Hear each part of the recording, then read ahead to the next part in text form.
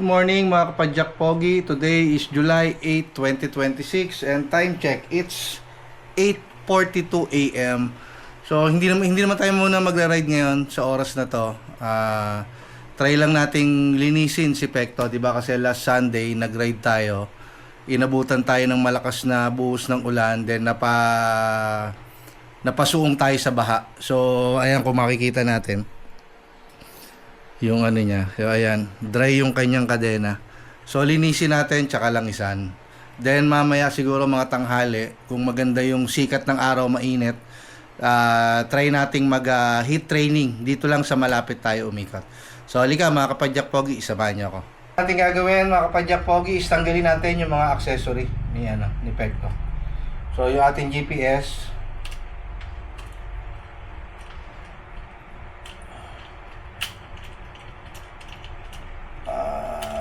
yung kanyang 360 mount,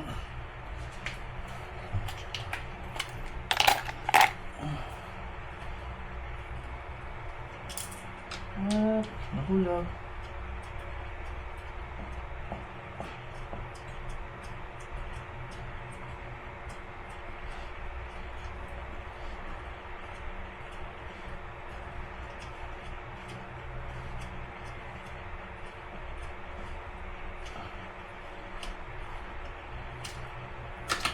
So yung kanya ilaw, ating rock bros sa ilaw.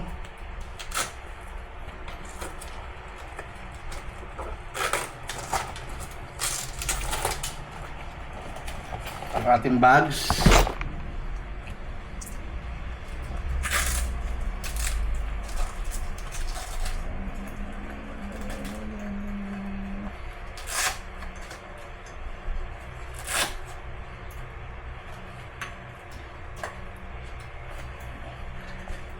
Yung ating saddle bag tsaka taillight. So yun, halika na. Ayan, naka-ready na yung ating tubig na may ano, then ito mamaya pagtas natin linisin. So tara guys.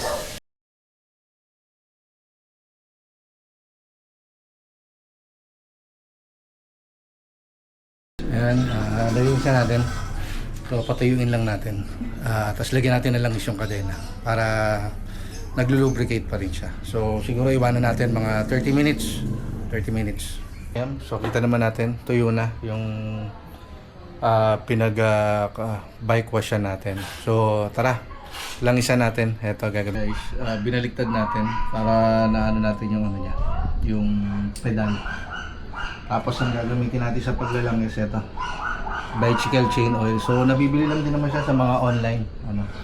So para maglangis ng bike, hanapin natin yung parang dugtungan ba ng kadena. Yun yung napapanood ko eh. Para doon ka magsisimula. So ito. Ayan. Para alam mo kung nakaikot na yung paglalangisan mo. Kasi isa-isahin mo yan, papatakan mo. Yan dyan. Papatakan mo yan. Isa-isa. Habang makabalik siya, makaikot. So kung may nanonood na bike professional at mali yung sinasabi ko, so paki-comment na lang. Pasensya na po, medyo bago. So ayan guys, yung sinasabi ko nga, halimbawa ito yung pinakadugtungan. So ang lalangisan mo dyan, hindi yung gitna kasi butas yung gitna eh. So yung mga ano niya, yung mga nagdudugtong sa kanya, yan, papatakan mo lang siya pa isa-isa. Yan, pa isa-isa siya, patak. Yan. Yan. So, hanggang sa mapatakan mo siya lahat. Hanggang sa umikot siya, mapatakan mo siya. So, yun yung napapanood ko sa paglalangis. So, hindi ko alam kung tama. So, paki-correct ulit sa mga professional natin dyan, sa mga master. Tapos na natin langisan. So, kukuha tayo ng malinis na basahan. Siyempre, malangis yan. So, madaling kapitan. So, yung excess na oil, so tatanggalin natin siya. So, iipitin mo lang siya. Yan. Ano siya? Then, yan. So, ganyan.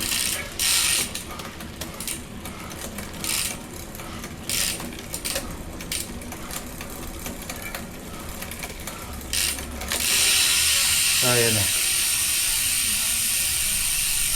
So tuloy mo lang siya hanggang maano mo na medyo tuyo na, hindi na naglalagkit yung langis niya na ano. So yun guys, sana may natutunan kayo ha. So mamaya heat training tayo after lunch, siguro mga 1 labas tayo. Ikot tayo na mabilis habang kainitan ng araw. So yun guys, tara samahan niyo ako mamaya. Good morning mga kapadyak pogi. Today is July 9, 2026 and time check, it's 8:39 AM. So naka-ride out na tayo mga kapadyak pogi. So dapat tong ride natin kahapon pa to ng tanghali sana. Kaso nung nag-ready tayo kahapon, pag ano natin makulimlim, nagbabadyang umulan. So hindi natin tinuloy yung ride kahapon after nating mag-bike wash. So ngayon medyo makulimlim pa rin, mahangin, pero mukhang mamaya pa naman uulan. So tinuloy na natin. Short ride lang to mga kapadyak pogi. Tara, samahan nyo ako. So ito, nakaka 2 kilometer na tayo ng ride natin. Medyo malakas yung hangin, malakas yung headwind ngayon. Medyo mabigat padyakan, pero at least nakapaglinis tayo ng kadena. Yun, malaking bagay yung nalinisan natin.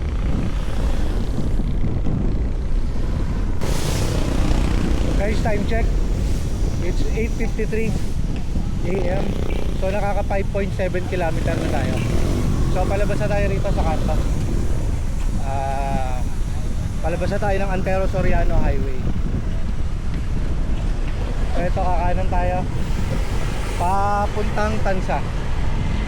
So ikot tayo doon sa bagong kalsada sa Kapipisa.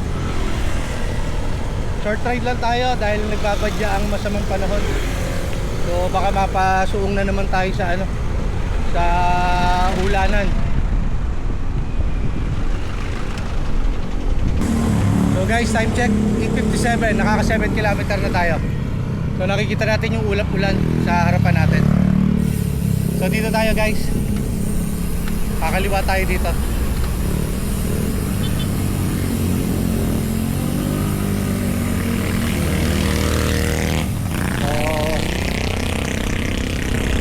Tawid lang tayo.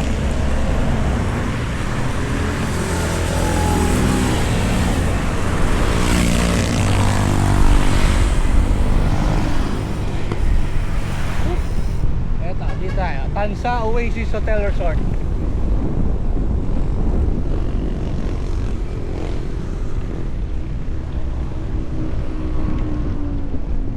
So ito sa harapan natin yung ano, night food market, food night market. So ito sa kaliwa natin. So mukhang magandang puntahan din to guys sa gabi.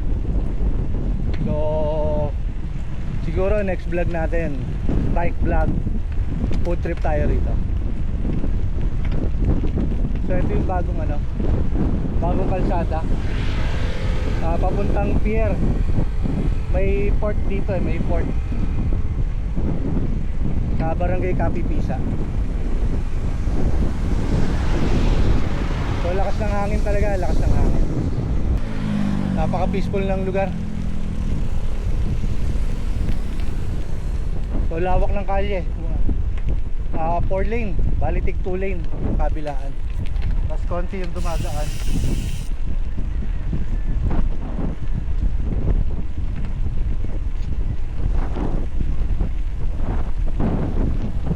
Yun lang, malakas talaga hangin.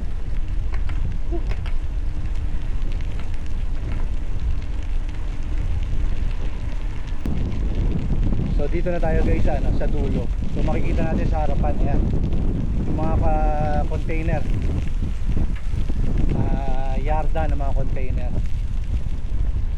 So almost 1.2 kilometer din yung haba nung diversion road. Ayan, sa kaliwa natin, ayan, mga container. So ikot tayo dito sa lumang ano, yung lumang kalye niya naman, palabas ulit doon sa ano, sa Antero Soriano Highway. So dito guys, kakanan tayo. Ito yung lumang kalye.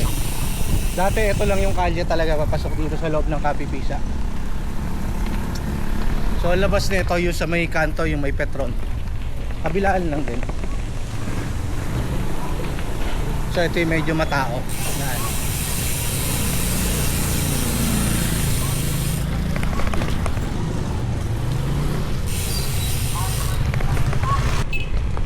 So guys, time check, it's 9:06. Nakaka 9.4 kilometer na tayo. So ito guys, palabas na tayo mismo ng Soriano Highway. So ito, sa kaliwa natin yung Petron. So diretso lang tayo guys, pasukin natin yung Barangay Tres Cruces.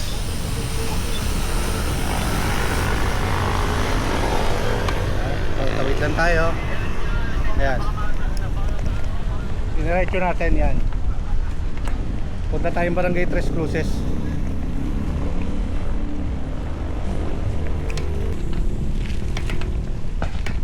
So guys, nakakana na tayo 10.6 km. So ginagawa pala yung ano rito, drainage system. Ayan.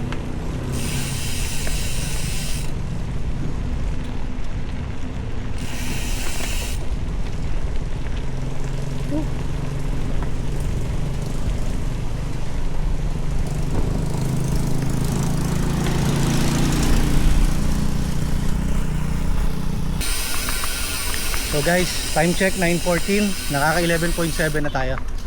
So ito guys yung paborito kong part dito ng kalsada na to. Ito, yung nagsasalubong yung puno sa magkabilaan. So pakiramdam mo yung niyayakap ka ng kalikasan.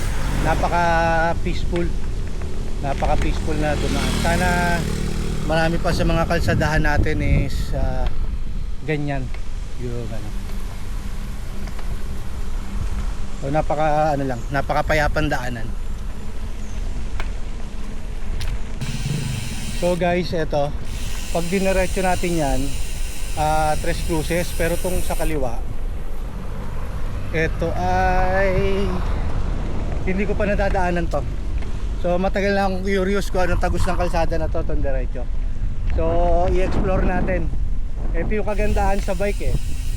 So yung mga lugar na iniisip mo lang dati na papunta ba saan yan o ano ba yan, di ba? So madali natin mapupuntahan. So tara, samahan nyo ako na pare-pares nating unang beses na daanan tong kalsada na to, kung saan tatagos. Napakasarap dumaan dito, walang dumadaan. Sa kaliwa natin, mga masisipag natin mga magsasaka. Nag-aararo sila ngayon, nag-aararo. So salamat sa mga magsasaka natin, kasi kung hindi dahil sa kanila, wala tayong kakainin na bigas tsaka yung mga ibang pananim. So sarap dito yung kabilaan, no? Mga pananim, palayan, gulayan. Ito sa kanan natin, ayan, mga nagtatanim ng gulay. Ayan. So yung kaulapan natin nagdidilim pa rin. Sana wag muna tayo abutan ng ulan para hindi dumumi ulit yung bike natin. Yung may mga manukan doon sa kanan. So saan kaya dulo nito? Baka dead end to. So, palayan ulit, napakalawak ng mga palayan. Sarap na simoy ng hangin, grabe. So guys, eto, rough road. So ngayon lang din tayo mag-rough road. At ako ay napakabobo ko sa lubak. 2 beses na ako nasemplang sa lubak. So may napagtanungan tayo bago tayo pumasok dito sa rough road. Barangay Kalibuyo daw ang labas ng kalye na to. Uungin natin. Kasi kuya nagagagas ka agad.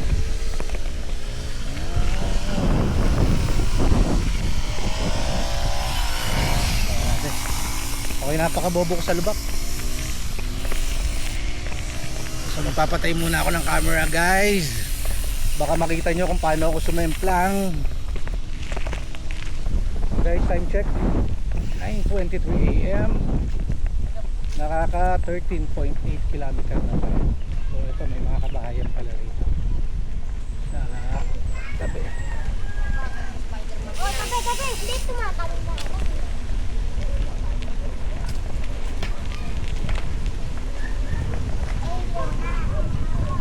So ngayon lang natin napasok to guys.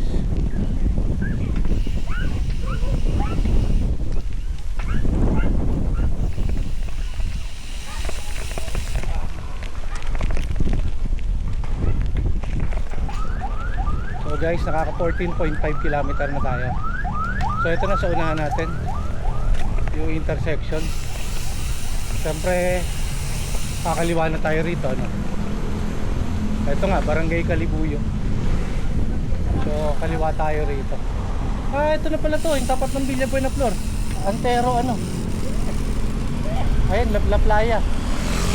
Pag-aari nila Very Worshipful George and Gab Bohas. Shout out mga kuyang. Ito pala, labas na ito. Okay. Alam ko na.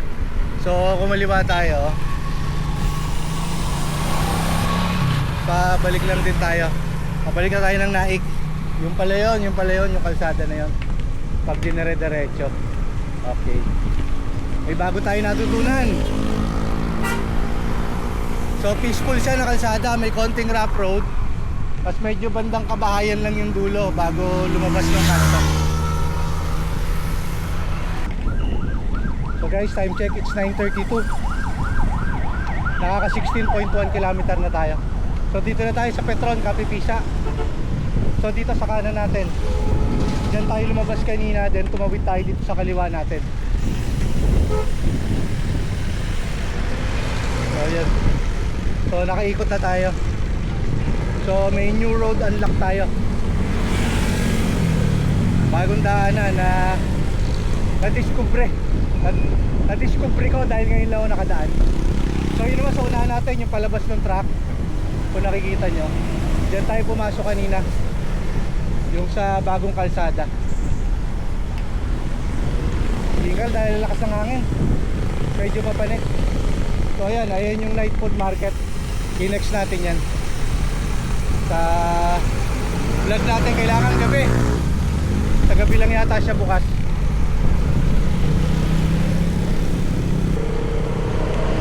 So guys, nakaka 17 kilometer tayo eksakto. So eto, papasok na tayo sa boundary ng Naik. Eto na, Panaik na ulit tayo, Panaik na. Siguro mga 4 kilometer na lang sa bahay o 5, mga ganon. So nasa 20 plus kilometer tong ride natin ngayon.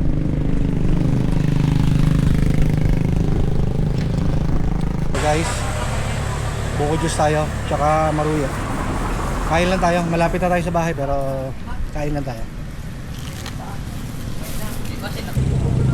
Dito tayo na sa Talipapa. So nandito engineering office ng munisipyo.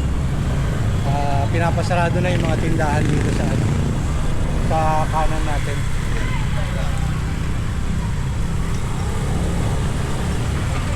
Kasi may bagong tayo na na palengke dito sa malapit.